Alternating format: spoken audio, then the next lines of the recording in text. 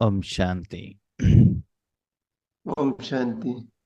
ಇವತ್ತಿನ ವಿಷಯ ಕರ್ಮ, ಕರ್ಮದ ಲೆಕ್ಕಾಚಾರ, ಕಾರ್ಮಿಕ್ ಅಕೌಂಟ್, ಕರ್ಮದ ಖಾತೆ, ಕರ್ಮದ ಫಲ. ಇದರ ಬಗ್ಗೆ ನಾವು ಚರ್ಚೆಯನ್ನ ಮಾಡೋಣ. ಕರ್ಮ ಅಂತಂದ್ರೆ ಏನು? ಆಮೇಲೆ ಕೆಲವೊಬ್ರು ಹೇಳಿದ್ರು ಕೆಲಸ, ಕಾರ್ಯ ಅಂತ. ಅದು ಯಾವಾಗ ಆಗತ್ತೆ? ಇವತ್ತಿನ ಮುರಳಿಯಲ್ಲೂ ಭಗವಂತ ಹೇಳಿದ್ದಾರೆ, ಆತ್ಮ ಹೇಳುವಂತ ಚೈತನ್ಯ ಶಕ್ತಿ ಪರಮಧಾಮದಲ್ಲಿ ಇರುತ್ತೆ. ಅದರ ಜೊತೆಗೆ ಮನಬುದ್ಧಿ ಸಂಸ್ಕಾರನೂ ಕೂಡ ಇರುತ್ತೆ. ಪರಮಧಾಮ ಆತ್ಮ ಮತ್ತು ಪರಮಾತ್ಮನ ನಿವಾಸ ಸ್ಥಾನ, ಸ್ಥಳನೂ ಕೂಡ ಹೌದು. ಅಲ್ಲಿ ಚೈತನ್ಯ ಶಕ್ತಿ ಇದ್ರೂ ಸಹ, ಸ್ಥಳ ಇದ್ದರೂ ಸಹ, ಆತ್ಮನ ಜೊತೆ ಕರ್ಮೇಂದ್ರಿಯಗಳು ಇದ್ದರೂ ಸಹ ಅಲ್ಲಿ ಕರ್ಮ ಅಂತ ಆಗೋದಿಲ್ಲ. ಕರ್ಮ ಅಂತ ಆಗೋದು ಯಾವಾಗ?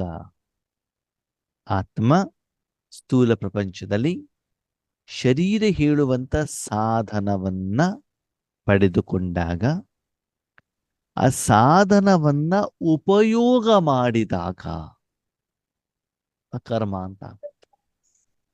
ನೋಡಿ ಆತ್ಮೀಯರೇ, ರಾತ್ರಿಯ ಸಮಯದಲ್ಲಿ ನಾವು ಶರೀರವನ್ನ, ಆ ಶರೀರ ನಮ್ಮ ಜೊತೆಲಿ ಇರ್ತದೆ, ಅದು ನಾವು ನಿದ್ರೆ ಮಾಡ್ತಾ ಇರ್ತೀವಿ ಅಲ್ವಾ? ಒಳಗಡೆ ಉಸಿರಾಟದ ಕರ್ಮ ನಡೀತಾ ಇರ್ಬೋದು, ಜೀರ್ಣ ಆಗುವಂತ ಕರ್ಮ ಆಗ್ತಾ ಇರ್ಬೋದು, ರಕ್ತ ಸಂಚಾರದ ಕರ್ಮ ಆಗ್ತಾ ಇರ್ಬೋದು. ಆದರೆ ಆತ್ಮನಿಗೆ ಅದರ ಅರಿವಿರೋದಿಲ್ವಲ್ಲ, ಅವಾಗ ಅದಕ್ಕೆ ಕರ್ಮ ಅಂತ ಹೇಳಿದ್ರು ಕೂಡ ಅದರ ಆತ್ಮದ ಅಕೌಂಟ್ ಅಲ್ಲದೆ ರಿಫ್ಲೆಕ್ಟ್ ಆಗಲ್ಲ. ಇದು ಕರ್ಮ ಅಂದ್ರೆ ಏನು? ಸ್ಥೂಲ ಪ್ರಪಂಚದಲ್ಲಿ, ಕರ್ಮ ಕ್ಷೇತ್ರದಲ್ಲಿ, ಕರ್ಮ ಭೂಮಿಯಲ್ಲಿ ಯಾವಾಗ ಚೈತನ್ಯ ಶಕ್ತಿಯಾಗಿರುವಂತ ಆತ್ಮ ಕರ್ಮೇಂದ್ರಿಯವನ್ನ ಉಪಯೋಗ ಮಾಡುತ್ತೋ, ಅದರ ಪರಿಣಾಮ, ಪ್ರಭಾವನೆ ಕರ್ಮ. ಆತ್ಮ ಚೈತನ್ಯ ಶಕ್ತಿ ಕರ್ಮ ಕ್ಷೇತ್ರದಲ್ಲಿ, ಕರ್ಮ ಭೂಮಿಯಲ್ಲಿ, ಸ್ಥೂಲ ವತನದಲ್ಲಿ ಯಾವಾಗ ತನ್ನ ಅರಿವಿನ ಮೂಲಕ, ನನಗೆ ಗೊತ್ತಿಲ್ದೇನೋ ಯಾವುದಾದರೂ ಒಂದು ಕರ್ಮೇಂದ್ರಿಯವನ್ನು ಉಪಯೋಗ ಮಾಡಿದ್ರೂ ಸಹ ಅದು ಕರ್ಮ ಅಂತ ಅನ್ಸ್ಕೊಳುತ್ತೆ. ಬರೀ ಕರ್ಮೇಂದ್ರಿಯದಿಂದ ಕರ್ಮ ಆಗೋದಿಲ್ಲ, ಬರೀ ಆತ್ಮನಿಂದನೂ ಕೂಡ ಕರ್ಮೇಂದ್ರಿಯ ಆಗೋದಿಲ್ಲ. ನೋಡಿ, ಬೆಳಕು ಬೇಕು ಅಂತಂದ್ರೆ ಬರೀ ಬಲ್ಬಿಂದನೂ ಬೆಳಕು ಬರೋದಿಲ್ಲ, ಬರೀ ಎಲೆಕ್ಟ್ರಿಸಿಟಿಯಿಂದನೂ ಬೆಳಕು ಬರೋದಿಲ್ಲ. ಎಲೆಕ್ಟ್ರಿಸಿಟಿ ನಿರಾಕಾರವಾದಂಥ ವಿದ್ಯುತ್ ಶಕ್ತಿ, ಬಲ್ಬು ಹೇಳುವಂಥ ಸ್ಥೂಲವಾದಂಥ ಸಾಧನ, ಎರಡೂ ಸೇರಿದಾಗ ಅಲ್ಲಿ ಕರ್ಮ ಆಗಿ ಕರ್ಮದ ಫಲ ಬೆಳಕು ಹೇಳೋದನ್ನ ನಾವು ಅನುಭವಿಸ್ತೀವಿ. ಹಾಗೆ ಆ ಕರ್ಮ ಆಗ್ಬೇಕು ಅಂತಂದ್ರೆ ಒಂದು ಸ್ಥಳ ಬೇಕು, ಒಂದು ಚೈತನ್ಯ ಶಕ್ತಿ ಬೇಕು, ಜಡವಾಗಿರುವಂಥ ಸಾಧನಗಳು ಬೇಕು. ಯಾವಾಗ ಚೈತನ್ಯ ಶಕ್ತಿ ಜಡ ಸಾಧನವನ್ನ ಉಪಯೋಗ ಮಾಡುತ್ತೋ, ಆವಾಗ ಅಲ್ಲಿ ಕರ್ಮ ಅಂತ ಆಗತ್ತೆ. ಕರ್ಮ ಆದ ಮೇಲೆ ಆ ಕರ್ಮದ ಫಲ ಅಂತ ಬರ್ತದೆ. ಅದು ಒಳ್ಳೆಯದಾಗಿರ್ಬೋದು, ಕೆಟ್ಟದಾಗಿರಬಹುದು. ಆ ಕರ್ಮದ ಫಲಕ್ಕೆ ಮಾಲೀಕನಾಗಿರುವಂಥ ಚೈತನ್ಯ ಶಕ್ತಿ ಆತ್ಮ ಗೊತ್ತಿದ್ದು ಮಾಡಿದ್ಯೋ ಗೊತ್ತಿಲ್ಲದೆ ಮಾಡಿದ್ಯೋ, ಆದರೆ ಆ ಕರ್ಮದ ಫಲ ಆ ಆತ್ಮನ ಅಕೌಂಟಲ್ಲಿ ಜಮಾ ಆಗತ್ತೆ. ಅದು ಸುಕರ್ಮನೇ ಆಗಿರಬಹುದು, ಅಕರ್ಮನೇ ಆಗಿರಬಹುದು, ವಿಕರ್ಮನೇ ಆಗಿರಬಹುದು. ಕರ್ಮ ಮಾಡಿದ ಮೇಲೆ ಕರ್ಮದ ಫಲವನ್ನ 3 ರೀತಿಯಲ್ಲಿ ವಿಂಗಡಣೆ ಮಾಡಿದ್ದಾರೆ. ಅಕರ್ಮ, ವಿಕರ್ಮ, ಸುಕರ್ಮ, 3 ರೀತಿಯಲ್ಲಿ ಮಾಡಿದ್ದಾರೆ. ಯಾವಾಗ ಆತ್ಮ ಕರ್ಮವನ್ನು ಮಾಡುತ್ತೋ, ಆ ಕರ್ಮದ ಫಲ ಆತ್ಮದ ಅಕೌಂಟಲ್ಲಿ ಜಮಾ ಆಗತ್ತೆ. ಇಲ್ಲಿ ಕಾರ್ಮಿಕ್ ಅಕೌಂಟ್ ಅಂತ ಹೇಳ್ತಾರೆ, ಕರ್ಮದ ಲೆಕ್ಕಾಚಾರ. ವೈಯಕ್ತಿಕ ನಿಮ್ಮ ಜೀವನದಲ್ಲೂ ಕೂಡ ಸ್ಥೂಲವಾಗಿ ನಾವು ನೋಡ್ತೀವಿ. ಪ್ರತಿದಿನ ನಾವು ಕರ್ಮಕ್ಷೇತ್ರಕ್ಕೆ ಇಳಿದಾಗ, ಸಾಯಂಕಾಲ ಮನೆಗೆ ವಾಪಸ್ ಬಂದಾಗ ನನ್ನ ಪರ್ಸಲ್ಲೋ ನನ್ನ ಬ್ಯಾಂಕ್ ಅಕೌಂಟಲ್ಲೋ ಹಣ ಜಮಾನೂ ಆಗ್ಬಹುದು, ಇರುವಂತ ಹಣ ಮೈನಸ್ಸೂ ಆಗ್ಬಹುದು, ಅಥವಾ ನಂತರ ಹಣ ಇಲ್ಲ ಅಂದ್ರೆ ನಾನು ಸಾಲಗಾರನಾಗಿಯೂ ಕೂಡ ಮನೆಗೆ ಬರಬಹುದು. ನಂತರ ಹಣನೂ ಬಂದಿಲ್ಲ, ಸಂಪಾದನೆ ಮಾಡಿರುವಂತ ಸ್ಟಾಕು ಕೂಡ ಇಲ್ಲ ಅಂತಂದ್ರಾಗ ಸಾಲ ಮಾಡ್ಕೊಂಡು ಬರ್ತೀನಲ್ವಾ. ಸಾಲ ಮಾಡಿದಾಗ ಚಿಂತೆ ಆರಂಭ ಆಗತ್ತಲ್ಲ, ಸಾಲ ತೀರಿಸ್ಬೇಕಲ್ವಾ. ಕಾರ್ಮಿಕ್ ಅಕೌಂಟ್ ಅಂತಂದ್ರೆ ಆತ್ಮದ ಅಕೌಂಟ್ ಅಲ್ಲಿ ಏನಿದೆ ಪೊಸಿಷನ್. ಇವತ್ತು ಕೂಡ ವರ್ತಮಾನ ಸಮಯದಲ್ಲಿ ಆಲ್ಮೋಸ್ಟ್ ಎಲ್ಲರ ಜನರು ಬ್ಯಾಂಕಲ್ಲಿ ಒಂದು ಅಕೌಂಟ್ ಇರ್ತದೆ. ಒಂದು ಸೇವಿಂಗ್ಸ್ ಬ್ಯಾಂಕ್ ಅಕೌಂಟ್ ಇರಬಹುದು, FD ಇರಬಹುದು, ಫಿಕ್ಸ್ ಡೆಪಾಸಿಟ್, ರಿಕರಿಂಗ್ ಡೆಪಾಸಿಟ್ ಇರಬಹುದು, ತಿಂಗಳು ಇಷ್ಟು ದುಡ್ಡು ತುಂಬಬೇಕು ಅಂತ. ಇನ್ನು ಕೆಲವರು ಬ್ಯಾಂಕಿಂದ ಲೋನ್ ಅಕೌಂಟು ಕೂಡ ಇರ್ತದೆ. ಇಷ್ಟು ಲೋನ್ ಇದೆ, ಪ್ರತಿ ತಿಂಗಳು ಪೇಮೆಂಟ್ ಮಾಡಬೇಕಾಗ್ತದೆ. ಪೇಮೆಂಟ್ ಮಾಡಬೇಕಾದಂತ ಸಂದರ್ಭದಲ್ಲಿ ಅದು ಭಾರ ಅಂತ ಅನ್ಸತ್ತೆ ಆದ್ಮೇಲೆ ಪ್ರತಿ ತಿಂಗಳು ಪ್ರತಿದಿನ ಅಷ್ಟು ಸಂಪಾದನೆ ಮಾಡಿಬಿಟ್ಟು ಸಾಲವನ್ನ ತೀರಿಸಬೇಕಾಗ್ತದೆ. ನೀವು ಮಾಡಿರುವಂತ ಕರ್ಮದ ಫಲ ಅಲ್ಲಿ ರೆಫ್ಲೆಕ್ಟ್ ಆಗ್ತದೆ. ಪ್ರತಿದಿನ ನೀವು ಸಂಪಾದನೆಯನ್ನ ಮಾಡ್ತೀರಾ, ಸಂಪಾದನೆ ಮಾಡಿದ್ಮೇಲೆ ಮಾಡಿರುವಂತ ಸಂಪಾದನೆಯನ್ನ ಮಾಲೀಕ ನಿಮ್ಮ ಅಕೌಂಟಿಗೆ ಡೆಪಾಸಿಟ್ ಮಾಡ್ತಾರೆ. ವರ್ತಮಾನ ಸಮಯದಲ್ಲಿ ನೀವು ನೋಡ್ತಾ ಇದ್ದೀರಿ. ಮೊದಲು ಕೈಯಲ್ಲಿ ಹಣವನ್ನ ಕೊಡ್ತಾ ಇದ್ರಿ, ಇವಾಗ ಕೈಯಲ್ಲಿ ಕೊಡಲ್ಲ, ಅಕೌಂಟಲ್ಲಿ ಜಮಾ ಆಗ್ತದೆ. ನೀವು ಯಾರಿಗೂ ಪೇಮೆಂಟ್ ಮಾಡ್ತೀರಾ, ಇವತ್ತು ಗೂಗಲ್ ಪೇ ಮೂಲಕನೋ ಸ್ಕ್ಯಾನರ್ ಮೂಲಕ ಪೇಮೆಂಟ್ ಮಾಡ್ತೀರಾ, ಅವಾಗ ಏನಾಗ್ತದೆ, ಇರುವಂತ ಹಣ ಖಾಲಿ ಆಗ್ತಾ ಇರ್ತದೆ. ಪ್ರಪಂಚದಿಂದ ಸಾಲ ತಗೊಳ್ತಾ ಇರ್ತೀವಿ, ಆವಾಗ ನೀವು ಸಾಲದ ಅಕೌಂಟ್ ಜಾಸ್ತಿ ಆಗತ್ತೆ.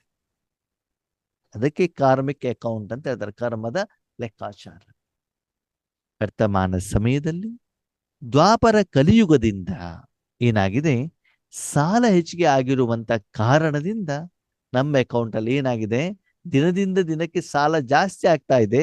ಆ ಸಾಲ ತೆರಲಿಕ್ಕೆ ಇನ್ನೊಂದು ಸಾಲ ಮಾಡ್ತಾನೆ ಇದ್ದೀವಿ. ಕಾರಣ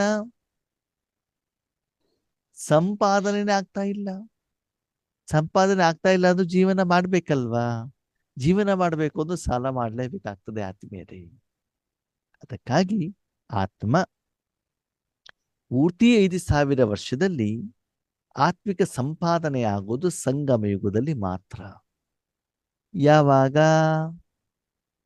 ಪರಮಾತ್ಮನಲ್ಲಿರುವಂತ ಸಪ್ತ ಶಕ್ತಿಯನ್ನ 3 ಲೋಕಕ್ಕೆ ಯಾವಾಗ ನೀವು ಕೊಡ್ತೀರಾ, ಕೊಡಲಿಕ್ಕೆ ನಿಮಿತ್ತರಾಗ್ತೀರಾ, ಸೇವೆಗೆ ಸಾಧನರಾಗ್ತೀರಾ, ಸೇವೆಗೆ ಸಹಯೋಗವನ್ನ ಕೊಡ್ತೀರೋ, ಆವಾಗ ಪರಮಾತ್ಮ ನಿಮ್ಗೆ ಕೊಡುವಂತಹ ಸಂಬಳ ಇರಬಹುದು, ವ್ಯಾಪಾರಕ್ಕೆ ಲಾಭ ಇರಬಹುದು, ಆವಾಗ ಆತ್ಮದ ಅಕೌಂಟ್ ಅಲ್ಲಿ ಏನಾಗ್ತದೆ, ಜಮಾ ಆಗ್ತದೆ. ಆ ಸಂಪಾದನೆಯಿಂದ ನಾನು 63 ಜನ್ಮದ ಸಾಲವನ್ನ ತೀರಿಸಬೇಕಾಗ್ತದೆ, 21 ಜನ್ಮಕ್ಕೆ ಉಳಿತಾಯವನ್ನ ಮಾಡಬೇಕಾಗ್ತದೆ. ಹಾಗೆ ಕರ್ಮ ಆತ್ಮದ ಅಕೌಂಟ್ನಲ್ಲಿ ಪರಮಾತ್ಮನ ಶಕ್ತಿಯನ್ನು ವಿಶ್ವಕ್ಕೆ ಕೊಡಲಿಕ್ಕೆ ನಾನು ಉಪಯೋಗ ಮಾಡಿದಾಗ ಅಥವಾ ಬೇರೆಯವರಿಗೆ ಕೊಡಲಿಕ್ಕೆ ಉಪಯೋಗ ಮಾಡ್ತಾನೆ. ಆತ್ಮರಿಗೆ ಗೊತ್ತಿರಲಿ, ಪರಮಾತ್ಮನ ಶಕ್ತಿಯನ್ನು ಸ್ವಯಂಗೋಸ್ಕರ ಉಪಯೋಗ ಮಾಡಿದರೆ, ವೈಯಕ್ತಿಕ ಲೆಕ್ಕಾಚಾರ ಕ್ಲಿಯರ್ ಮಾಡ್ಲಿಕ್ಕೆ ಉಪಯೋಗ ಮಾಡಿಕೊಂಡ್ರೆ, ನಮ್ಮ ಪರಿವಾರದವರಿಗಂತ ನಾನು ಉಪಯೋಗ ಮಾಡಿದರೆ ಅದು ನಿಮ್ಮ ಅಕೌಂಟಲ್ಲಿ ಜಮಾ ಆಗೋದಿಲ್ಲ. ಅದು ಹೆಂಗಾಗತ್ತೆ ಹೇಳಿ ನೋಡೋಣ. ಇವತ್ತು ನಾನು ಸಂಪಾದನೆ ಮಾಡಿದೆ, ಹೋಟೆಲ್ ಹೋಗ್ಬಿಟ್ಟು ತಿನ್ಕೊಂಡು ಬಂದೆ, ವಾಪಸ್ ಮನೆ ಬರೋದ್ರೊಳಗಡೆ ಎಲ್ಲ ದುಡ್ಡು ಖಾಲಿ ಅಲ್ವಾ. ಜೂಜಾಡ್ದೆ ಅಲ್ವಾ, ಲಾಟ್ರಿ ತಗೊಂಡೆ, ಹಣವನ್ನ ಬಾರ್ ಅಂಡ್ ರೆಸ್ಟೋರೆಂಟ್ ಒಳಗೆ ಖಾಲಿ ಮಾಡ್ಕೊಂಡು ಬಂದು ಹೆಂಗೆ ಜಮಾ ಆಗ್ತದೆ? ಸಂಪಾದನೆ ಮಾಡಿದಿರಿ, ಹೌದು, ಖರ್ಚು ಕೂಡ ಮಾಡಿದಿರಲ್ಲ. ರಾಜಯೋಗವನ್ನು ಮಾಡಿದಿರಿ, ಬೆಳಿಗ್ಗೆ 4ರಿಂದ 4:45 ಚೆನ್ನಾಗಿ ಮಾಡಿದಿರಿ, 7ರಿಂದ 8 ಗಂಟೆ ಚೆನ್ನಾಗಿ ಪತಿ ಜೊತೆ ಜಗಳ ಮಾಡಿದಿರಿ. ಏನಾಯ್ತು ರಿಸಲ್ಟ್ಸು? ಇಲ್ಲಿ ಸಂಪಾದನೆ ಆಯ್ತು, ಅಲ್ಲಿ ಖಾಲಿ ಆಯ್ತು, ಅಕೌಂಟ್ ಜೀರೋ. ಹೌದು ತಾನೆ? ಮಾಡಿರುವಂತ ಸಂಪಾದನೆಯನ್ನ ಉಳಿತಾಯ ಮಾಡಿಕೊಂಡ್ರೆ ತಾನೆ ಹಳೆ ಲೆಕ್ಕಾಚಾರಗಳು ಕ್ಲಿಯರ್ ಆಗ್ತವೆ, ಮುಂದಿನ ಉಳಿತಾಯ ಮಾಡ್ಕೊಂಡು ಹೋಗ್ಬೋದು. ಅದಕ್ಕಾಗಿ ಬಾಬಾ ಹೇಳ್ತಾರೆ, ಪ್ರತಿದಿನ ಚೆಕ್ ಮಾಡಿ ಮಕ್ಕಳೇ. ಈಗ ಸಂಗಮ ಯುಗದಲ್ಲಿ ಸಂಪಾದನೆ ಮಾಡ್ಲಿಕ್ಕೂ ಅವಕಾಶ ಇದೆ, ವಿಕರ್ಮ ಮಾಡ್ಲಿಕ್ಕೂ ಅವಕಾಶ ಇದೆ, ಉಳಿತಾಯ ಮಾಡ್ಲಿಕ್ಕೂ ಅವಕಾಶ ಇದೆ, ಸಾಲ ತೀರ್ಸ್ಲಿಕ್ಕೂ ಅವಕಾಶ ಇದೆ ಅಲ್ವಾ. ಸತ್ಯುಗ ತ್ರೇತಾಯುಗದಲ್ಲಿ ಖರ್ಚು ಮಾಡ್ಲಿಕ್ಕೆ ಮಾತ್ರ ಅವಕಾಶ ಇದೆ, ದ್ವಾಪರ ಕಲಿಯುಗದಲ್ಲಿ ಸಾಲ ಮಾಡ್ಲಿಕ್ಕೆ ಮಾತ್ರ ಅವಕಾಶ ಇದೆ. ಆದ್ರೆ ಸಂಗಮ ಯುಗದಲ್ಲಿ ಎಲ್ಲದಕ್ಕೂ ಅವಕಾಶ ಇದೆ. 1 ಸೆಕೆಂಡಿನಲ್ಲಿ ಯಥಾರ್ಥ ವಿಧಿಯಿಂದ ಪದಮದಷ್ಟು ಸಂಪಾದನೆ ಮಾಡ್ಲಿಕ್ಕೂ ಅವಕಾಶ ಇದೆ. ಅದೇ ಆಪೋಸಿಟ್ ವಿಧಿಯಿಂದ ಪದಮ ನಷ್ಟ ಮಾಡ್ಕೊಳ್ಳಿಕ್ಕೂ ಕೂಡ ಅವಕಾಶ ಇದೆ ಸಂಗಮ ಯುಗದಲ್ಲಿ. ಹಾಗಿದ್ರೆ ಸಂಗಮ ಯುಗದ ಕರ್ಮ ಸುಕರ್ಮ ಅಂತ ಯಾಕೆ ಹೇಳ್ತಾರೆ? ಸತ್ಯುಗ ತ್ರೇತಾಯುಗದ ಕರ್ಮ ಅಕರ್ಮ ಅಂತ ಯಾಕೆ ಹೇಳ್ತಾರೆ? ಮೊದಲು ಸತ್ಯುಗ ತ್ರೇತಾಯುಗಕ್ಕೆ ಬರೋಣ.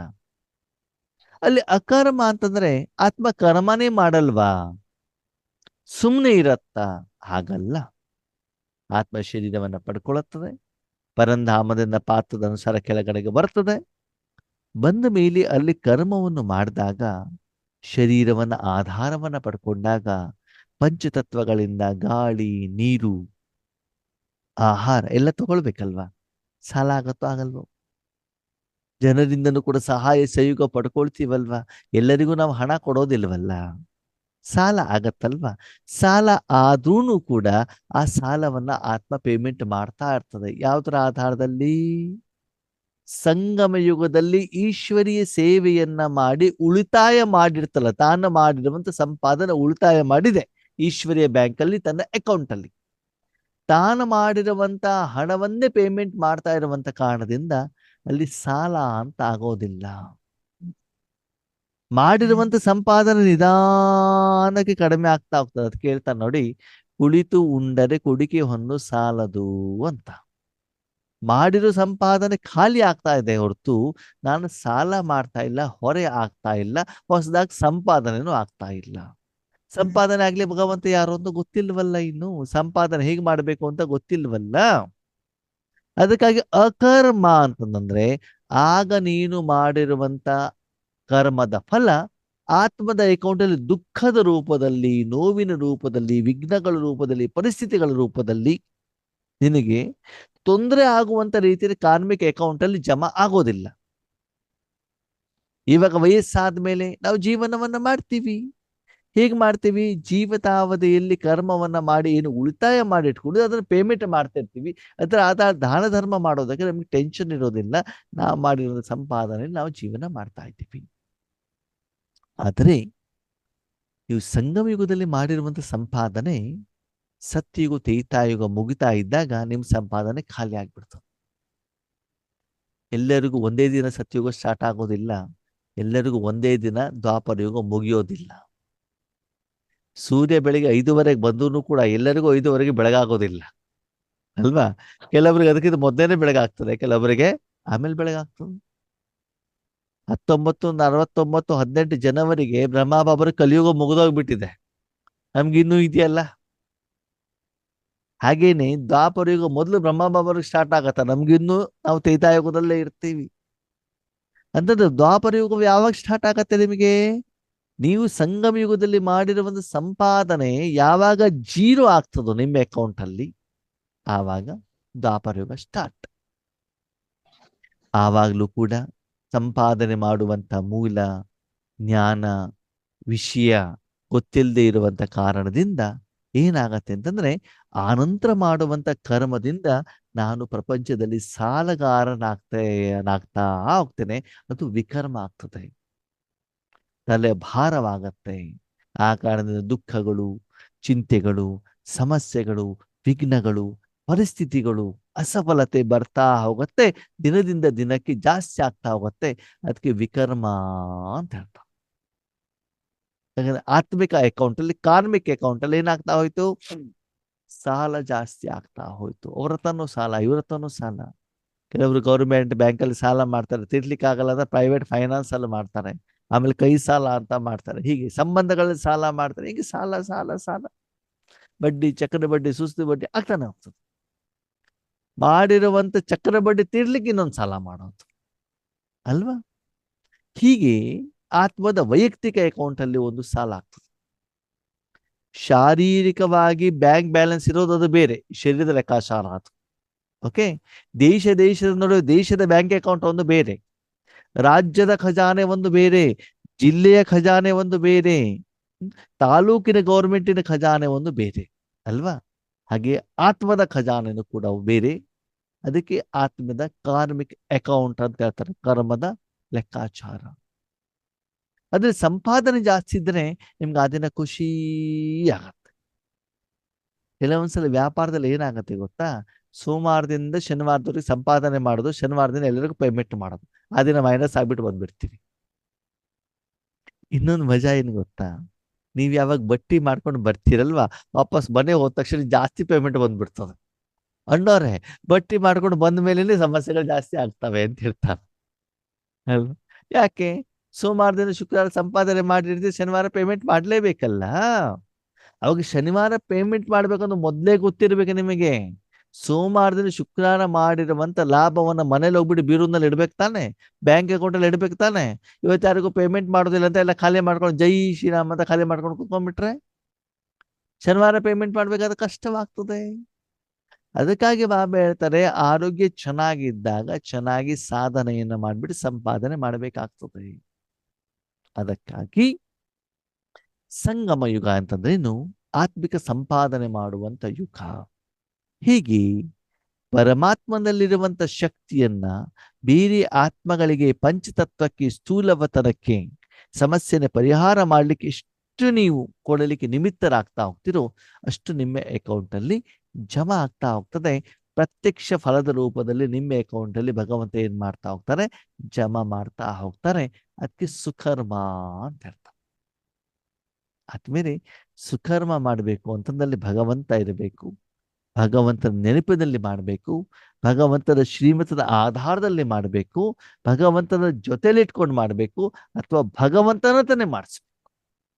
ಆವಾಗ ಸುಕರ್ಮದ ಪರ್ಸಂಟೇಜ್ ಜಾಸ್ತಿ ಆಗ್ತಾ ಹೋಗ್ತದೆ. ಆತ್ಮ ಯಾವುದೇ ಕರ್ಮೇಂದ್ರಿಯವನ್ನು ಉಪಯೋಗ ಮಾಡ್ಲಿ, ಮನ, ತನು, ಧನ, ಜನ. ನಾವಿಲ್ಲಿವರೆಗೆ ಏನ್ ತಿಳ್ಕೊಂಡಿದ್ವಿ? ಶರೀರವನ್ನ ಉಪಯೋಗ ಮಾಡಿದ್ರೆ, ಧನವನ್ನ ಉಪಯೋಗ ಮಾಡಿದ್ರೆ ಮಾತ್ರ ಕರ್ಮ ಆಗತ್ತೆ ಅಂತ ತಿಳ್ಕೊಂಡಿದ್ವಿ. ಆತ್ಮೇರೆ ಹಾಗಲ್ಲ. ಆತ್ಮ ಯಾವುದೇ ಕರ್ಮೇಂದ್ರಿಯವನ್ನ ಉಪಯೋಗ ಮಾಡಿದ್ರು ಕೂಡ ಏನಾಗ್ತದೆ? ಆತ್ಮನ ಅಕೌಂಟ್ ಅಲ್ಲಿ ಪ್ಲಸ್ ಆರ್ ಮೈನಸ್ ಆಗ್ತದೆ. ಕರ್ಮದ ಫಲ ಅಂತಂದ್ರೆ ಏನು? ಆತ್ಮ ಮಾಡಿರುವಂತ ಕರ್ಮದ ಫಲ ಆತ್ಮದ ಅಕೌಂಟ್ ಅಲ್ಲಿ ಪ್ಲಸ್ ಆರ್ ಮೈನಸ್ ಆಗಿ ಏನು ಜಮಾ ಆಗ್ತದೋ ಅದು ಕರ್ಮದ ಫಲ. ಈಗ ಯೋಗೇಶ್ ಅಣ್ಣನಿಗೆ ಅರ್ಚನಕ್ಕವರ ಬಗ್ಗೆ ಸಿಟ್ಟಿದೆ ಅಂತ ತಿಳ್ಕೊಳ್ಳಿ. ಅದೊಂದು ಕಾರಣ ಇರಬಹುದು. ಯೋಗೇಶ್ ಅಣ್ಣ ಏನ್ ಮಾಡಬಹುದು? ಅರ್ಚನಕ್ಕವ್ರು ಎದೆಗಡೆಗೆ ಬಂದಾಗ ತುಂಬಾ ಸಿಟ್ಟು ಬಂದ್ಬಿಟ್ಟು ಒಂದು ಕೋಲ್ ಹಿಡ್ಕೊಂಡು ಕೈ ಹಿಡ್ಕೊಂಡು ರಪ್ ಅಂತ ಒಂದು ಹೊಡಿಬಹುದು. ಇದಕ್ಕೆ ಕರ್ಮಣ ಅಂತ ಹೇಳ್ತಾರೆ. ಎಷ್ಟೊತ್ತು ಹೊಡಿಬಹುದು? 1 ನಿಮಿಷ ಹೊಡಿಬಹುದು. 1 ನಿಮಿಷ ನಾನು ಹೊಡೆದ ಒಂದು ಏಟು ಕೊಟ್ಟ ತಕ್ಷಣ ಅವ್ರ ಪಕ್ಕದಲ್ಲಿ ಅವ್ರ ಅಮ್ಮ ಇರ್ತಾರೆ, ನಾಗರತ್ನಕ್ಕ, ಬಂದು ಬಿಡ್ತಾರೆ. ನಾನು ಎದುರು ಓಡೋಗ್ಬಿಡ್ತದೆ ಅವರನ್ನ ನೋಡ್ಬಿಟ್ಟು, ಖಾಲಿ ಆಗ್ಬಿಟ್ಟು ಬಂದ್ಬಿಡ್ತಾನೆ. ನನ್ನ ಮಗಳಿಗೆ ಹೆಂಗ್ ಹೊಡೆದ್ರಿ ಅಂತ ನಾನು ಓಡೋಗ್ಬೇಕಾಗ್ತದೆ. ನಾವು ಹೌದು ತಾನೆ? ಕರ್ಮಣದಲ್ಲಿ ನಾನೇನ್ ಮಾಡಿದೆ? 1 ಸೆಕೆಂಡ್ 2 ಸೆಕೆಂಡ್ ಮಾತ್ರ ಮಾಡಿದೆ. ಸರಿ, ಅದ್ರ ಬದಲು ನಾನೇನ್ ಮಾಡ್ಬೋದು? ವಾಚ, ಅವ್ರನ್ನ ಎದುರುಗಡೆಯಿಂದ ಬಾಯಿಂದ ಚೆನ್ನಾಗಿ ಜಗಳ ಮಾಡ್ಬೋದು ಅವ್ರ ಹತ್ರ ಅಲ್ವಾ. ಫೋನಲ್ಲಿ ಜಗಳ ಮಾಡ್ಬೋದು, ವಾಟ್ಸಪ್ ಅಲ್ಲಿ ಮೆಸೇಜ್ ಮೂಲಕ ಜಗಳ ಮಾಡಬಹುದು. ಹೌದು ತಾನೆ? ನಾರ್ಮಲ್ ಮೆಸೇಜ್ ಮೂಲಕ ಜಗಳ ಇದು ವಾಚಾದ ಮೂಲಕ ನಾನು ಮಾಡಿಕೊಳ್ಳುವಂತ ವಿಕರ್ಮ. ಒಂದು ಕೋಲು ಅಥವಾ ಕೈನ ಮೂಲಕ, ಧನದ ಮೂಲಕ ಆಗಿರುವಂತ ಕರ್ಮ ಮತ್ತು ಕರ್ಮದ ಫಲ. ಎರಡನೇದು ವಾಚ ಅಂತಂದ್ರೆ ಶಬ್ದದ ಮುಖೇನ, ಮುಖದ ಮುಖೇನ, ಶರೀರ ಹೇಳುವಂತ ಸಾಧನದ ಮೂಲಕ ನಾನು ಕರ್ಮವನ್ನು ಮಾಡಿ ನನ್ನ ಅಕೌಂಟ್ ಅಲ್ಲಿ ವಿಕರ್ಮ ಮಾಡ್ಕೊಂಡಿರುವಂಥದ್ದು. ಅದೆಷ್ಟೊತ್ತು ಮಾತಾಡಬಹುದು? ಅರ್ಧ ಗಂಟೆ, 1 ಗಂಟೆ. ಅದರಲ್ಲೂ ಅರ್ಚನಕ್ಕೂ ರೆಸ್ಪಾನ್ಸೇ ತೋರಿಸಿಲ್ಲ ಅಂದ್ರೆ ನಾನು ಬೇಗ ನನ್ನ ಲೆಕ್ಕಾಚಾರದ ವಾಪಸ್ ಬರ್ಬೇಕಾಗ್ತದೆ. ಅವರು ಮಾತಿಗೆ ಮಾತು ಕೊಡ್ತಾ ಹೋದ್ರೆ ಇನ್ನೂ ಸ್ವಲ್ಪ ಜಾಸ್ತಿ ಆಗ್ಬಿಡ್ತದೆ ಅಲ್ವಾ. ಸರಿ, ನಾನು ಅರ್ಚಕರ ಜೊತೆ ಜಗಳ ಮಾಡ್ತೀನಿ ಅಂತ ನಾನು ಉದಾಹರಣೆ ಕೊಟ್ಟಿರೋ, ಸರಿನಾ? ನೆಕ್ಸ್ಟ್ ಮನಸ್ಸಾದಲ್ಲಿ ಏನಾಗ್ತದೆ ಅಂತಂದ್ರೆ ತಿಂಗಳಾನುಗಟ್ಲೆ, ವರ್ಷಾನುಗಟ್ಲೆ ಅರ್ಚನಕ್ಕ ಸರಿ ಇಲ್ಲ ಅಂತ ಏನ್ ಮಾಡ್ತಾ ಇರೋದು? ಅವ್ರ ಬಗ್ಗೆ ಸಂಕಲ್ಪ ಮಾಡ್ತಾ ಇರೋದು ಆತ್ಮೀಯರೇ.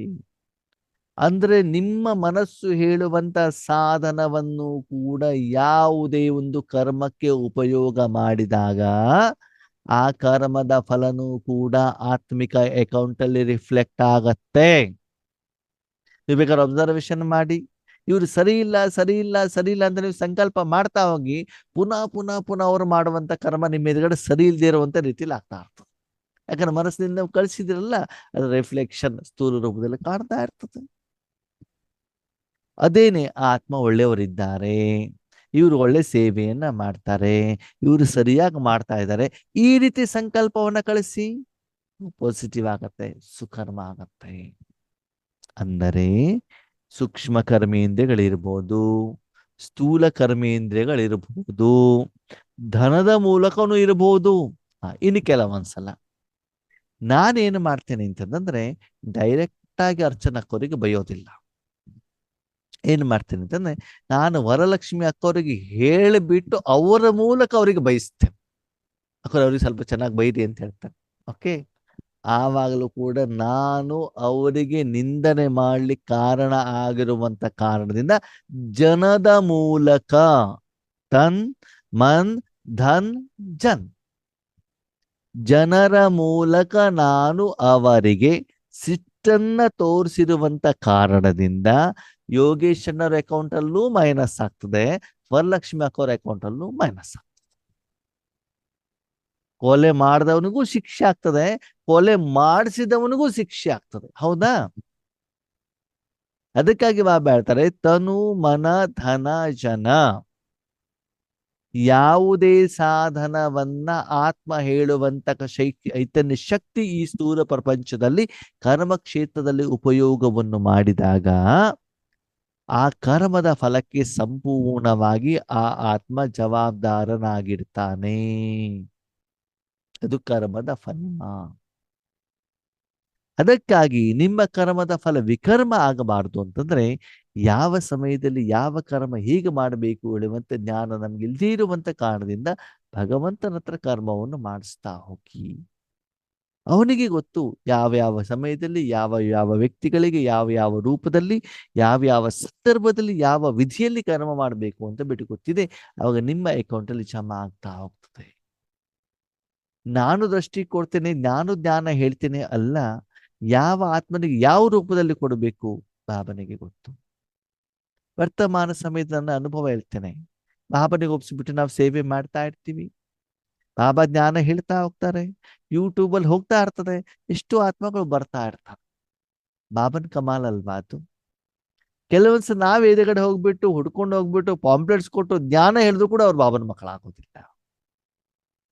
ಅದೇ ನೀವು ಭಗವಂತನಿಗೆ ಒಪ್ಪಿಸಿಬಿಟ್ಟು ನೋಡಿ, ಎಲ್ಲೆಲ್ಲಿಂದ ಹೇಗೆ ಹೇಗೆ ಅವರು ಏನ್ ಮಾಡ್ತಾರೆ, ಜೋಡಿಸಿ ಬಿಡುತ್ತಾರೆ ಅಲ್ವಾ?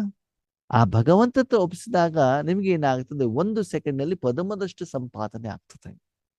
ಅದಕ್ಕಾಗಿ ಸತ್ಯುಗ ತ್ರೇತಾಯುಗದಲ್ಲಿ ಮಾಡುವಂತ ಕರ್ಮ ಅಕರ್ಮ, ಯಾಕಂದ್ರೆ ಆತ್ಮದ ಅಕೌಂಟ್ ಅಲ್ಲಿ ಪ್ಲಸ್ ನ ಮೈನಸ್, ನಷ್ಟನೂ ಇಲ್ಲ ಲಾಭನೂ ಇಲ್ಲ. ಕರ್ಮದ ಫಲದ ಆಧಾರದಲ್ಲಿ ಅಕರ್ಮ. ಸುಖದ ಅನುಭವನೂ ಆಗೋದಿಲ್ಲ, ಯಾಕಂದ್ರೆ ಸುಕರ್ಮ ಆಗಿಲ್ಲ. ದುಃಖದ ಅನುಭವನೂ ಆಗೋದಿಲ್ಲ, ಯಾಕಂದ್ರೆ ಸಾಲ ಮಾಡಿಲ್ಲ. ನಾನೇ ಸಂಪಾದನೆ ಮಾಡಿ ಕೂತ್ಕೊಂಡು ತಿಂತಾ ಇದ್ದೇನೆ ಅಷ್ಟೇ. ದಾಪರ ಕಲಿಯುಗದಲ್ಲಿ ಸಾಲ ಆಗಿರುವಂತ ಕಾರಣದಿಂದ ಆ ಸಾಲದ ಫಲ ಮಧ್ಯ ಮಧ್ಯ ಮಧ್ಯ ಮಧ್ಯದಲ್ಲಿ ಬರ್ತಾ ಇರ್ತದೆ. ಇವತ್ತು ಕೂಡ ನೋಡಿ ಆತ್ಮೀಯರೇ, ನಿಮ್ಗೆ ಎಲ್ಲಾ ದಿನ ದುಃಖ ಇರೋದಿಲ್ಲ. ಯಾವಾಗ ಸಾಲಗಾರರು ಮನೆಗೆ ಬರ್ತಾರೋ, ಅಣ್ಣವ್ರೆ ಸಾಲಗಾರ ಹೆಂಗ್ ಮನೆಗೆ ಬರ್ತಾರೆ? ಪತಿಯ ರೂಪದಲ್ಲಿ, ಮಕ್ಕಳ ರೂಪದಲ್ಲಿ, ದುಃಖದ ರೂಪದಲ್ಲಿ, ನೋವಿನ ರೂಪದಲ್ಲಿ, ಕಾಯಿಲೆಗಳ ರೂಪದಲ್ಲಿ, ನಷ್ಟದ ರೂಪದಲ್ಲಿ, ಅಸಫಲತೆ ರೂಪದಲ್ಲಿ, ವಿಘ್ನಗಳ ರೂಪದಲ್ಲಿ, ಪರಿಸ್ಥಿತಿಗಳ ರೂಪದಲ್ಲಿ ಸಾಲಗಾರ ಬರ್ತಾರೆ. ಚಳಿ ಬಂತು, ನೆಗಡಿ ಬಂದ್ಬಿಡ್ತು, ಯಾಕೆ ಬಂತು? ಈ ಪಂಚತತ್ವಕ್ಕೆ ಏನೋ ಕೊಟ್ಬಿಟ್ಟಿದ್ದೀರಿ, ದುಃಖ. ಹೌದಾ? ಹೀಗೆ ಸ್ಥೂಲ ಮತ್ತು ಸೂಕ್ಷ್ಮ ರೂಪದಲ್ಲೂ ಕೂಡ ಕರ್ಮದ ಲೆಕ್ಕಾಚಾರವನ್ನ ಆತ್ಮ ಅನುಭವಿಸಬೇಕಾಗ್ತದೆ. ಆದ್ರೆ ಭಗವಂತ ನಮ್ಗೆ ಇವತ್ತೇನ್ ಮಾಡಿದ್ದಾರೆ, ಜ್ಞಾನವನ್ನ ಕೊಟ್ಟಿದ್ದಾರೆ. ಆತ್ಮದ ಜ್ಞಾನ, ಕರ್ಮೇಂದ್ರಿಯದ ಜ್ಞಾನ, ಕರ್ಮದ ಜ್ಞಾನ. ಭಗವಂತ ಎಷ್ಟು ಸುಂದರವಾದ ಮಾತನ್ನಿರ್ತಾರೆ. ನೀನು ಎಷ್ಟೇ ಶ್ರೇಷ್ಠ ಕರ್ಮವನ್ನ ಮಾಡು, ಭಕ್ತಿ ಮಾರ್ಗದಲ್ಲಿ ಆತ್ಮರು ದಾನ ಧರ್ಮವನ್ನ ಮಾಡಿದ್ರು ಭಕ್ತಿಯ ಫಲ ಸಿಕ್ತೇ ಹೊರತು ಆತ್ಮದ ಅಕೌಂಟಲ್ಲಿ ಜಮಾ ಆಗಿಲ್ವಲ್ಲ. ಇಲ್ಲಿವರೆಗೆ ನಿಮ್ಮ ಜೊತೆಗೆ ಭಗವಂತನಿಲ್ವೋ, ಭಗವಂತನ ಎದುಗಡೆಗೆ ಇಟ್ಬಿಟ್ಟು ಕರ್ಮವನ್ನ ಮಾಡೋದಿಲ್ವೋ, ಕರ್ಮದ ಫಲವನ್ನ ಭಗವಂತನಿಗೆ ಒಪ್ಸೋದಿಲ್ವೋ, ಅಲ್ಲಿವರೆಗೆ ಅದು ಸುಕರ್ಮ ಆಗೋದಿಲ್ಲ, ಆತ್ಮನ ಅಕೌಂಟಲ್ಲಿ ಜಮಾ ಆಗೋದಿಲ್ಲ. ಓಕೆ, ಅದಕ್ಕಾಗಿ ಬಾಬಾ ಏನ್ ಹೇಳ್ತಾರೆ, ಮಕ್ಕಳೇ ಸಂಗಮ ಯುಗ ಇರುವಂತ ಕಾರಣದಿಂದ ಆತ್ಮನ ಅಕೌಂಟಲ್ಲಿ ಜಮಾ ಮಾಡ್ತಾ ಹೋಗಿ. ದ್ವಾಪರ ಕಲಿಯುಗದಿಂದ ವಿಕರ್ಮ ಆಗ್ತಾ ಹೋಗ್ತದೆ, ಸಾಲವಾಗ್ತಾ ಹೋಗ್ತದೆ. ಸಂಗಮ ಯುಗದಲ್ಲಿ ನಿಮ್ಮ ಜೊತೆಯಲ್ಲಿ ಮನಸ್ಸಿನಲ್ಲಿ ಪರಮಾತ್ಮ ಇದ್ದರೆ ಮಾತ್ರ ಆತ್ಮೀಯರೇ ಸಂಗಮ, ಆತ್ಮ ಮತ್ತು ಪರಮಾತ್ಮನ ಮಿಲನ.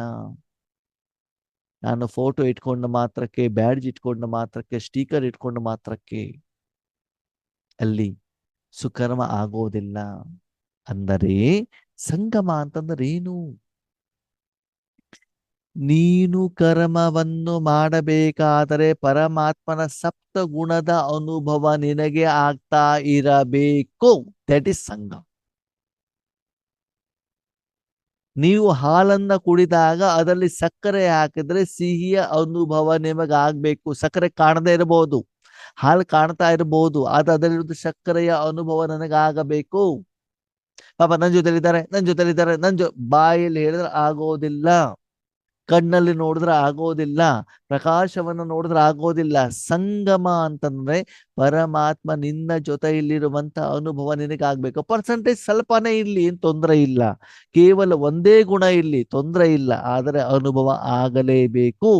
ಆವಾಗ ಮಾತ್ರ ಅದಕ್ಕೆ ಸಂಗಮ ಅಂತ ಹೇಳಲಾಗ್ತದೆ. ಸಂಗಮ ಅಂದ್ರೆ ಜೋಡಣೆ, ಕೂಡಿಸು, ಸೇರಿಸು, ಯೋಗ ಸೇರಿದೆ. ನಿಮ್ಮ ಜೊತೆಗೆ ಅದು ಸೇರಿದೆ ಅಂತಂದ್ರೆ ನಿನಗೆ ಅದರ ಅನುಭವ ಆಗಬೇಕಲ್ವಾ? ನೀನು ಹಾಕೊಂಡಿರುವಂತ ಬಟ್ಟೆ ತೇವ ಇದ್ದಿದ್ರೆ ಆ ತೇವದ ಅನುಭವ ನಿನಗೆ ಆಗ್ಬೇಕಲ್ವಾ? ನಾಲಿಗೆ ಮೇಲೆ ಇರುವಂತ ವಸ್ತುವಿನ ಮೇಲೆ ಉಪ್ಪು ಹಾಕಿದ್ದಿದ್ರೆ ಉಪ್ಪಿನ ಅನುಭವ ನಿನಗೆ ಆಗ್ಬೇಕಲ್ವಾ? ಅದಕ್ಕೆ ಆದ್ಮೇಲೆ ಚೆಕ್ ಮಾಡ್ಕೊಳ್ಳಿ. ಸಂಗಮ ಅಂತಂದ್ರೆ ಏನು? ನಿಮ್ಮ ಜೊತೆಯಲ್ಲಿ ಭಗವಂತ ಇದ್ದಾಗ ಭಗವಂತನ ಗುಣಗಳ ಅನುಭವ ಎಷ್ಟು ಪರ್ಸೆಂಟೇಜ್ ಆಗತ್ತೆ? ಅದ್ರಲ್ಲಿ 99% ನೀವಿದ್ದೀರ ದೇಹಾಭಿಮಾನದಲ್ಲಿ ನಾನು ನಾನು ನಾನು ಅಂತ. 1% ಮಾತ್ರ ಬಾಬಾ ಇದ್ರೆ ಅಷ್ಟೇ ಅನುಭವ ಆಗ್ತದೆ. 99% ಬಾಬಾ, 1% ನೀವು ಶಾಂತ. ಪರ್ಸೆಂಟೇಜ್ ಚೆಕ್ ಮಾಡ್ಬಿಟ್ಟು ನೋಡಿ, ಅದರ ಆಧಾರದ ಮೇಲೆ ಸಂಗಮದ ಅನುಭವ ಆಗ್ತದೆ ನಿಮಗೆ. ಒಂದ್ ದಿವಸ ಯೋಗೇಶನ ನಿಮ್ಮ ಮನೆಗೆ ಬಂದಿದ್ದಾರೆ, ಸರಿನಾ? ನಿಮ್ಗೆ ಅವ್ರ ಮೇಲೆ ಸಿಟ್ಟು ಬಂತು. ಸಾಂಬಾರ್ ಮಾಡಿದಿರಿ, ಒಳ್ಳೆ ಖಾರ ಮಾಡ್ಬಿಟ್ಟಿದ್ದೀರಿ. ಅಣ್ಣವ್ರೆ ಸಾಂಬಾರ್ ಚೆನ್ನಾಗಿದೆ, ಅವರೆಕಾಳು ಸಾಂಬಾರು, ಬಿಸಿ ಬಿಸಿ ಮುದ್ದೆ ಮಾಡಿದ್ದೀನಿ ತುಪ್ಪದಿಂದ ಅಂತ ಕೊಡಿ. ಬಾಯಲ್ಲಿ ಹಾಕಿದ ತಕ್ಷಣದಲ್ಲಿ ಏನಾಗ್ಬಿಡುತ್ತೆ ಅಂದ್ರೆ ಖಾರ, ಕಣ್ಣು, ಕಿವಿ, ಮೂಗು, ಬಾಯಿ ಎಲ್ಲ ಕಡೆ ನೀರು ಬರ್ಲಿಕ್ಕೆ ಸ್ಟಾರ್ಟ್ ಆಗ್ಬಿಡುತ್ತೆ. ಯೋಗೇಶನಿಗೆ ಕಷ್ಟ ಕೊಡಬೇಕು ಅಂತಂದ್ರೆ ಊಟ ಮಾಡ್ಬೇಕಾದ್ರೆ ಅದ್ರಲ್ಲಿ ನೀರು ಕೂಡ ಇಟ್ಟಿರೋದಿಲ್ಲ. ಆದ್ರೆ ಆ ಪ್ರಮಾಣದಲ್ಲಿ ಅಲ್ಲಿ ಖಾರ ಇರುವಂತ ಕಾರಣದಿಂದ ಅದರ ಸಂಬಂಧದಲ್ಲಿ ಬಂದ ತಕ್ಷಣದಲ್ಲಿ ಖಾರದ ಪ್ರಭಾವ ಯೋಗೇಶಣ್ಣನವರಿಗೆ ಆಗುತ್ತೆ. ಅದ್ರ ಸಂಬಂಧದಲ್ಲಿ ಬರ್ತಾರಲ್ವಾ? ಹಾಗೆ ಆದ್ಮೇಲೆ ನಮ್ಮ ಮನಸ್ಸನ್ನ ಸಂಸ್ಕಾರದಲ್ಲಿ ಇಟ್ಟ ತಕ್ಷಣದಲ್ಲಿ ಏನಾಗ್ತದೆ? ಉದ್ವೇಗ, ಭಯ, ಹೆದರಿಕೆ, ಚಿಂತೆಗಳು ಬರ್ತವೆ. ಅದಕ್ಕಾಗಿ ಅಣ್ಣವ್ರ ನಿದ್ದೆನೇ ಬರೋದಿಲ್ಲ, ಭಯ ಆಗತ್ತೆ, ಚಿಂತೆ ಆಗತ್ತೆ, ಟೆನ್ಷನ್ ಆಗತ್ತೆ. ಯಾಕಾಗತ್ತೆ? ಸುಮ್ಮನೆ ಕೂತ್ಕೊಂಡ ತಕ್ಷಣ ಏನಾದ್ರು ಒಂದು ಬಂದ್ಬಿಡ್ತದೆ ಅಣ್ಣವ್ರೆ. ಯಾಕಂದ್ರೆ ಸಂಸ್ಕಾರದಲ್ಲಿ ಅದಿದೆ. ಮನೇಲಿ ಕಸ ಗುಡಿಸಿಲ್ಲ, ನೆಲ ಬರ್ಸಿಲ್ಲ, ಪಾತ್ರೆ ತೊಳೆದಿಲ್ಲ, ಅಡಿಗೆ ಮಾಡಿಲ್ಲ, ಸುಮ್ಮನೆ ಕೂತ್ಕೊಂಡ ತಕ್ಷಣ ಅದೇ ಚಿಂತೆಗಳು ಬರ್ತಾವೋ ಬರಲ್ವೋ? ಒಂದೊಂದೇ ಒಂದೊಂದೇ ಕೆಲಸ ಮಾಡ್ತಾ ಹೋದಾಗ ಏನಾಗತ್ತೆ? ಮನಸ್ಸು ಹಗುರವಾಗತ್ತಲ್ವಾ? ಯಾವಾಗ ನೀವು ರಾಜಯೋಗವನ್ನು ಮಾಡ್ತಾ ಮಾಡ್ತಾ ಹೋಗ್ತಿರೋ, ವಿಕರ್ಮ ವಿನಾಶ ಆಗ್ತಾ ಹೋಗ್ತದೋ, ಆವಾಗ ಸಂಸ್ಕಾರದ ಕಡೆ ಗಮನವನ್ನ ಕೊಟ್ಟಾಗ ಮನಸ್ಸು ಹಗುರವಾಗ್ತದೆ. ಅದಕ್ಕಾಗಿ ಚೆಕ್ ಮಾಡ್ಕೊಳ್ಳಿ ಆದ್ಮೇಲೆ, ಪ್ರತಿದಿನ, ಪ್ರತಿ ಕ್ಷಣ, ಪ್ರತಿ ಸಮಯ, ಪ್ರತಿ ಆತ್ಮನ ಜೊತೆಗೆ ನನ್ನ ಕರ್ಮ ಯಾವ ರೀತಿಯಲ್ಲಿ ಆಗ್ತಾ ಇದೆ? ಸಂಗಮಯುಗದ ಸುಕರ್ಮ ಆಗ್ತಾ ಇದೆಯೋ ಅಥವಾ ಸತ್ಯುಗದ ಅಕರ್ಮ ಆಗ್ತಾ ಇದೆಯೋ? ಅವಾಗ ನೀವು ಪ್ರಶ್ನೆ ಮಾಡ್ಬೋದು, ಅಣ್ಣವ್ರೆ ಸತ್ಯುಗದ ಅಕರ್ಮ ಸತ್ಯುಗದಲ್ಲಿ ತಾನೇ ಬರೋದು? ಅಲ್ಲ, ಈಗಲೂ ಬರ್ತದೆ. ಹೌದಾ? ಅದ್ ಹೆಂಗೆ? ಈಗಲೇ ನೀವು ಮಾಡಿರುವಂತ ಸಂಪಾದನೆ ಇವಾಗಲೇ ಕೂತ್ಕೊಂಡು ತಿಂದ್ಬಿಟ್ರೆ ಅಕರ್ಮ ಆಯ್ತಲ್ವಾ? ಆಯ್ತು ಆಗಿಲ್ವೋ? ಎಷ್ಟೋ ಜನ ಏನ್ ಮಾಡ್ತಾರೆ ಗೊತ್ತಾ? ಈಗಲೇ ಮಾಡಿದ್ರು ಇವಾಗಲೇ ತಿಂದ್ಬಿಟ್ರು. ಹಂಗಂದ್ರೆ ಅಣ್ಣವ್ರೆ ಸಿಂಪಲ್ ಕೇಳಿ. ಇವಾಗ ನಾನು ಈಶ್ವರಿ ಸೇವೆಗಂತ ಹೋಗ್ತೇನೆ, ಸರಿ, ಸೇವೆಗೆ ನಿಮಿತ್ತ ಆಗ್ತೇನೆ, ಸರಿ, ಬಾಬಾ ನಿನ್ ಬಂದ್ಬಿಟ್ಟು ಸೇವೆ ಮಾಡು ಅಂತ ಹೇಳ್ತೇನೆ, ಓಕೆ. ಆದ್ಮೇಲೆ ಬಾಬಾ ಈ ಸೇವೆ ಮಾಡಿದ್ದಕ್ಕೆ ಒಂದು 20 ಜನ ಮೈಕಲ್ ಬಂದ್ಬಿಟ್ಟು ಚೆನ್ನಾಗಿದೆ ಚೆನ್ನಾಗಿದೆ ಅಂತ ಹೇಳಬೇಕು, ಇಚ್ಛೆ ಇಟ್ಕೊಳ್ತೇನೆ. ನನಗೆ ಸನ್ಮಾನ ಮಾಡಬೇಕು, ಇಚ್ಛೆ ಇಟ್ಕೊಳ್ತೇನೆ. ನನಗೆ ಅಕ್ಕೋರು ವಾಪಸ್ ಬರ್ಬೇಕಾದ್ರೆ ತಿಂಡಿ ಟೋಲಿ ಎಲ್ಲ ಕೊಟ್ಬಿಟ್ಟು ಕಳಿಸ್ಬೇಕು, 4 ಜನ ಹೊಗಳಬೇಕು ಅಂತ ಇಚ್ಛೆ ಇಡ್ತೇನೆ. ಸರಿ, ನೀವು ಇಚ್ಛೆ ಇಟ್ರಿ ತಾನೆ ಬಾಬನ ಎದುರುಗಡೆಗೆ. ನೀವೇನು ಮಾಡ್ತಿರೋ ಆ ಕರ್ಮದ ಫಲವನ್ನು 4 ಜನ ಬರ್ತಾರೆ, ಮೈಕಲ್ ಬರ್ತಾರೆ, ಹೊಗಳ್ತಾರೆ, ಸನ್ಮಾನ ಎಲ್ಲ ಆಯ್ತು. ವಾಪಸ್ ಮನೆಗೆ ಹೋದ ಖಾಲಿ. ವಿಕರ್ಮ ಆಗ್ಲಿಲ್ಲ, ಸಾಲ ಆಗಿಲ್ಲ, ಸೇವೆ ಚೆನ್ನಾಗಾಯ್ತು, ಖುಷಿನೂ ಆಯ್ತು. ಆದ್ರೆ ಅಲ್ಲಿ ಮಾಡಿರುವಂತ ಸಂಪಾದನೆಯನ್ನ ಅಲ್ಲೇ ಖಾಲಿ ಮಾಡ್ಕೊಂಡು ತಿಂದು ತೇರಿಗೆ ಬಂದು ಬಿಟ್ರಿ. ಅವಾಗ ಸತ್ಯುಗ ಹೌದೋ ಅಲ್ವೋ? ಹೌದು ತಾನೆ? ಯಾಕಂದ್ರೆ ಸತ್ಯವನ್ನು ಸಂಪಾದನೆ ಮಾಡಿದ್ರಿ, ಖುಷಿಯಾಗಿದ್ರಿ, ಅಲ್ಲಿಡಿದ್ರು ಅಲ್ಲೇ ಖಾಲಿ ಮಾಡ್ಕೊಂಡು ಬಂದು ಸಾಲ ಆಗ್ಲಿಲ್ಲ, ಮನೆಗೇನು ತಗೊಂಡು ಬಂದಿಲ್ಲ, ಹಳೆ ಸಾಲ ತೀರ್ಸಿಲ್ಲ, ಹೊಸ ಸಾಲ ಆಗ್ಲಿಲ್ಲ, ಅಷ್ಟೇ. ತುಂಬಾ ಜನ ಈಶ್ವರಿ ಸೇವೆಯಲ್ಲಿ ಈ ರೀತಿ ತಪ್ಪನ್ನ ಮಾಡ್ತಾರೆ. ಮನಸ ಸೇವೆ ಮಾಡಿದ್ರು, ವಾಚಾ ಸೇವೆ ಮಾಡಿದ್ರು, ಕರ್ಮಣ ಸೇವೆ ಮಾಡಿದ್ರು, ಧನದ ಸೇವೆಯನ್ನ ಮಾಡಿದ್ರು, ಸೇವೆಯ ಫಲವನ್ನು ಆಗಲೇ ಸ್ವೀಕಾರ ಮಾಡಿಬಿಟ್ರು, ಸೇವೆಯ ಫಲವನ್ನು ಬಾಬನಿಗೆ ಅರ್ಪಣೆ ಮಾಡಿಲ್ಲ, ತೆಗೆದುಕೊಂಡು ಬಿಟ್ರು. ಅಂತವ್ರು ಏನ್ ಹೇಳ್ತಾರೆ ಗೊತ್ತಾ? ಬಾಬಾ 25 ವರ್ಷ ಆಯ್ತು ಸಾಧನೆ ಮಾಡ್ತಿದೀವಿ, ಏನು ಬದಲಾವಣೆ ಬರ್ತಾನೆ ಇಲ್ಲ. ಹೆಂಗ ಬದಲಾವಣೆ ಬಂದ್ಬಿಡ್ತದೆ? ಕೆಲವೊಬ್ರು ಏನ್ ಮಾಡ್ತಾರೆ ಗೊತ್ತಾ? ಸಂಪಾದನೆ ಮಾಡಿದ್ರು, ವೀಕೆಂಡ್ ಪಾರ್ಟಿ ಮಾಡಿದ್ರು, ಕಂಪ್ಯೂಟರ್ ತಗೊಂಡ್ರು, ಬೈಕ್ ತಗೊಂಡ್ರು, 1.25 ಕೋಟಿ ರೂಪಾಯಿ ಹಾಗೆ ಹೀಗೆ ಅಂತ ಎಲ್ಲ ಖಾಲಿ ಮಾಡ್ಕೊಂಡು ಕೂತ್ಕೊಂಡ್ಬಿಟ್ಟಿದ್ದಾರೆ. ಕೊರೋನಾ ಬಂದಾಗ ಮನೆಗೆ ಬಂದು ಕೂತ್ಕೊಂಡ, ಕೆಲಸ ಹೋದಾಗ ಏನು ಇಲ್ವೇ ಇಲ್ಲ, ಇವರ ಹತ್ರ ಜೀರೋ ಮೈನಸ್ ಅಲ್ಲಿ ಇದ್ ಬಿಡ್ತಾರೆ ಆತ್ಮೀಯರೇ. ಸಂಬಳ ಇಷ್ಟು, ತಿಂಗಳಿಗೆ 2 ಲಕ್ಷ, ಕೈಲಿ ಎಷ್ಟಿದೆ? ಏನೂ ಇಲ್ಲ. ಅಪಾರ್ಟ್ಮೆಂಟ್ ಸಾಲ, ಕಾರ್ ಸಾಲ, ಎಲ್ಲ ಸಾಲ. ಸಂಪಾದನೆ ಇದೆ, ಸಂಪಾದನೆ ಇದ್ದಾಗ ಉಳಿತಾಯ ಮಾಡಿಲ್ಲ. ಇದು ಕೂಡ ನಾವು ಈಶ್ವರ್ಯ ಜೀವನದಲ್ಲೂ ಕೂಡ ಇದನ್ನು ನಾವು ಮಾಡ್ತೀವಿ. ಅದಕ್ಕಾಗಿ ಈಗ ನಾನು ಮಾಡಿರುವಂತ ಸುಕರ್ಮದ ಫಲವನ್ನ ನಾನು ಈಗಲೇ ತಿಂದರೆ ಅದು ನನಗೆ ಸತ್ಯಯುಗ. ಅದೇ ನಾನು ಮಾಡಿರುವಂತ ಈಶ್ವರ್ಯ ಕರ್ಮವನ್ನ ಆತ್ಮಿಕ ಅಕೌಂಟ್ ಅಲ್ಲಿ ಜಮಾ ಮಾಡಿಕೊಂಡ್ರೆ, ವಿಕರ್ಮವನ್ನ ವಿನಾಶ ಮಾಡಿಕೊಂಡ್ರೆ, ಮುಂದಿನ ದಿನಕ್ಕೋಸ್ಕರ ಉಳಿಸ್ಕೊಂಡ್ರೆ ಅದು ಸುಕರ್ಮ. ಅದೇ ಭಗವಂತನ ಜೊತೆಯಲ್ಲಿ ಇಟ್ಕೊಂಡ್ಬಿಟ್ಟು ಭಗವಂತನ ಹೆಸರು ಹಾಳು ಮಾಡ್ಲಿಕ್ಕೆ ನಾನು ನಿಮಿತ್ತನಾದರೆ ನನಗೆ ಇದು ಕಲಿಯುಗ ವಿಕರ್ಮ. ಮಕ್ಕಳೇ, ಬೇರೆ ಬೇರೆ ಯುಗದ ಬಗ್ಗೆ ನೀವು ಚಿಂತನೆ ಮಾಡಬೇಡಿ, ವರ್ತಮಾನವನ್ನ ಚೆಕ್ ಮಾಡ್ಕೊಳ್ಳಿ. ಈಗ ನನ್ನಿಂದ ಯಾವ ಕರ್ಮ ಆಗ್ತಾ ಇದೆ? ಈಗ ಪದಮಾಪದಮದಷ್ಟು ಸಂಪಾದನೆನೂ ಆಗ್ಬಹುದು, ಪದಮಾಪದಮದಷ್ಟು ಏನಾಗ್ಬಹುದು? ತಪ್ಪನ್ನು ಕೂಡ ಮಾಡ್ಬೋದಲ್ವಾ? ಇವಾಗ ಈ ಸ್ಟೇಜಲ್ಲಿ ಕೂತ್ಕೊಂಡ್ಬಿಟ್ಟು ನಾವು ಪ್ರೀತಿಯಿಂದನೂ ಸೇವೆ ಮಾಡ್ಬೋದು. ನಿಮ್ಗೆಲ್ಲರಿಗೂ ಕೂಡ ಸಿಟ್ಟನ್ನು ಕೂಡ ಮಾಡ್ಬೋದಲ್ವಾ? ಸಿಟ್ಟು ಮಾಡ್ತಾ ನಿಮ್ಗೆಲ್ಲರಿಗೂ ಬೇಜಾರಾಗತ್ತಲ್ವಾ? ಅದಕ್ಕೂ ಕೂಡ ನಾನೇ ಕಾರಣಕರ್ತನಾಗ್ತೀನಲ್ವಾ? ಅದು ಯಾರ ಲೆಕ್ಕಕ್ಕೆ ಬರ್ತದೆ? ನನ್ನ ಲೆಕ್ಕಕ್ಕೆ ತಾನೇ ಬರ್ತದೆ ಅಲ್ವಾ? ಅದಕ್ಕಾಗಿ ಬಾಬಾ ಏನ್ ಹೇಳ್ತಾರೆ, ಮಕ್ಕಳೇ, ಬಾಬನ ಮಗು ಆದ್ಮೇಲೆ ತುಂಬಾ ಎಚ್ಚರಿಕೆಯಿಂದ ಇರಿ. ಸುಕರ್ಮನೂ ಆಗ್ಬೋದು, ವಿಕರ್ಮನೂ ಆಗ್ಬೋದು. ಹಾಗಿದ್ರೆ ಸುಕರ್ಮ ಆಗಿದ್ದು ವಿಕರ್ಮ ಆಗಿದ್ದು ಹೆಂಗ್ ಗೊತ್ತಾಗತ್ತೆ? ಪ್ರತಿಯೊಂದು ಕರ್ಮ ಮುಗಿದ ಮೇಲೆ ಮನಸ್ಸು ಖುಷಿಯಾಗಿದ್ಯಾ? ಆತ್ಮಿಕ ರೂಪದಲ್ಲಿ. ಹಣ ಬಂತು, ಹೆಸರು ಬಂತು, ಕೀರ್ತಿ ಬಂತು, ಊಟ ಬಂತು, ತಿಂಡಿ ಬಂತು ಅಲ್ಲ, ಆತ್ಮಿಕ ರೂಪದಲ್ಲಿ ಹಗುರ ಆಗಿದೆಯಾ? ವಿಕರ್ಮ ವಿನಾಶವಾಗಿರುವಂತ ಅನುಭವ ಆಗ್ತಾ ಇದೆಯಾ? ಅವಾಗ ಸುಕರ್ಮ ಆಗಿದೆ. ಸೇವೆ ಮುಗಿಸ್ಕೊಂಡು ಬಂದ ಮೇಲೂ ಕೂಡ ಇವತ್ತಿನ ವರದಾನ ಇದೆ, ಸೇವೆ ಮಾಡ್ಬೇಕಾದ್ರೆ ಖುಷಿಯಿಂದ ಮಾಡಿ. ಚಿರ್ಚಿರಾಪಣದಿಂದ ಯಾರು ಹೇಳಿದಾರೆ ಅಂತ ಬಿಟ್ಟು ಮಾಡಬಾರ್ದು. ಹಂಗೆ ಮಾಡಿದ್ರೆ ಇನ್ನೂ ಲೆಕ್ಕಾಚಾರಗಳು ಜಾಸ್ತಿ ಆಗ್ತವೆ. ಅದಕ್ಕಾಗಿ ನಿಮ್ಮ ಕರ್ಮದ ಲೆಕ್ಕಾಚಾರವನ್ನು ನೀವೇ ಚೆಕ್ ಮಾಡ್ಕೊಳ್ಳಿ.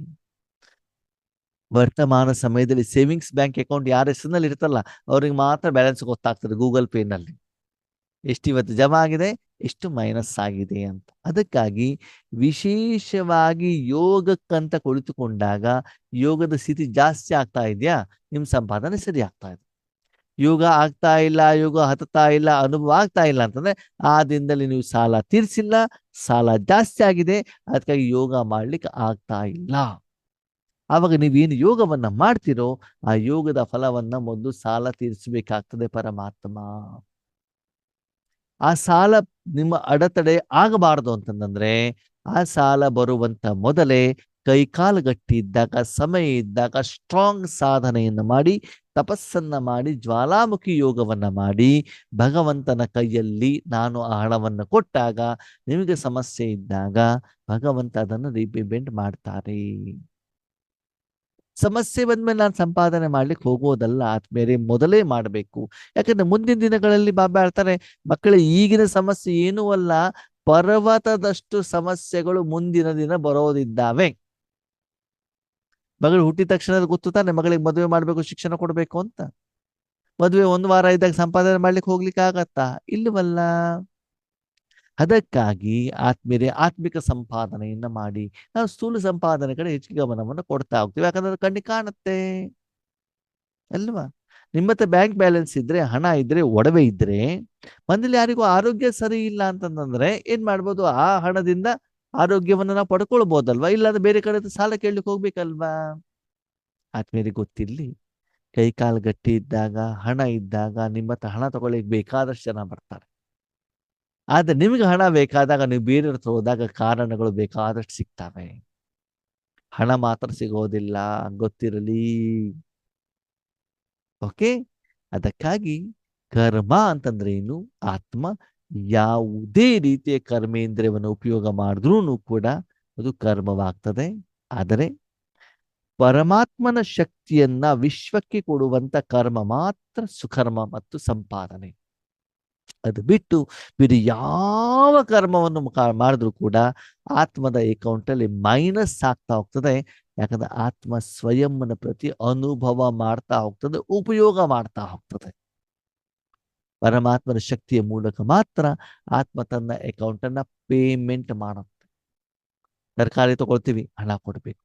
ಡಾಕ್ಟರ್ ತಗೋತೀವಿ, ಹಣ ಕೊಡ್ಬೇಕು ಅಲ್ವಾ? ಸ್ಕೂಲಿಗೆ ಹೋಗ್ತೀವಿ, ಫೀಸ್ ಕೊಡ್ಬೇಕು. ಊಟ ತಿಂತೀವಿ, ಹಣ ಕೊಡ್ಬೇಕು. ಪ್ರತಿಯೊಂದಕ್ಕೂ ಹಣ ಕೊಡ್ಬೇಕಲ್ವಾ? ಸಂಪಾದನೆಯಲ್ಲಿ ಬ್ಯಾಂಕಲ್ಲಿ ಕೆಲಸ ಮಾಡಿದಾಗ, ಕಂಪ್ಯೂಟರ್ ಕೆಲಸ ಮಾಡಿದಾಗ ತಾನೇ. ಅದಕ್ಕಾಗಿ ಸಂಗಮ ಯುಗದಲ್ಲಿ ನಿಮ್ಮ ಮನಸ್ಸನ್ನ ವಿಶ್ವದಲ್ಲಿ ಭಗವಂತನ ಶಕ್ತಿಯನ್ನು ಕೊಡಲಿಕ್ಕೆ ಎಷ್ಟು ಉಪಯೋಗ ಮಾಡ್ತಿರೋ ಅಷ್ಟು ಸಂಪಾದನೆ. ಆದ್ಮೇಲೆ ಈಗ ನೀವು ನಿರ್ಣಯ ಮಾಡಿ ದಿನದಲ್ಲಿ ಹೆಚ್ಚಿಗೆ ಸಂಪಾದನೆ ಮಾಡಬೇಕು, ಖರ್ಚು ಮಾಡಬೇಕು. ಸಂಪಾದನೆ ಮಾಡೋದು ಈಗಲೇ ಸಮಯ, ಭವಿಷ್ಯದಲ್ಲಿ ಮಾಡ್ಲಿಕ್ಕೆ ಆಗೋದಿಲ್ಲ. ಅಂತ ಸಮಯ ಸಂದರ್ಭ ಬರೋದಿಲ್ಲ. ಕಾಯಿಲೆಗಳು ಬರ್ತಾವೆ, ಕಣ್ಣು ಕಾಣೋದಿಲ್ಲ, ನೂರಾರು ಕಾರಣಗಳಿರ್ತಾವೆ ಆತ್ಮೀಯರೇ. ಅವಾಗ ಸಂಪಾದನೆ ಮಾಡ್ಲಿಕ್ಕೆ ಆಗೋದು. ಸಂಪಾದನೆ ಮಾಡೋದು ಈಗಲೇ. ದಾನ ಧರ್ಮ ಬೇಕಾದಷ್ಟು ಮುಂದೆ ಮಾಡ್ಲಿಕ್ಕೆ ಅವಕಾಶ ಇದೆ. ನಿಮ್ಮ ಎದುರುಗಡೆ ಲಕ್ಷ ಕೋಟಿ ಜನ ಬರ್ತಾರೆ ದಾನ ಮಾಡ್ಲಿಕ್ಕೆ. ಅದು ಇದ್ರೆ ತಾನೇ ನೀವು ದಾನ ಮಾಡ್ಬೋದು, ಇಲ್ದಿದೆ ಎಲ್ಲಿಂದ ದಾನ ಮಾಡೋದು?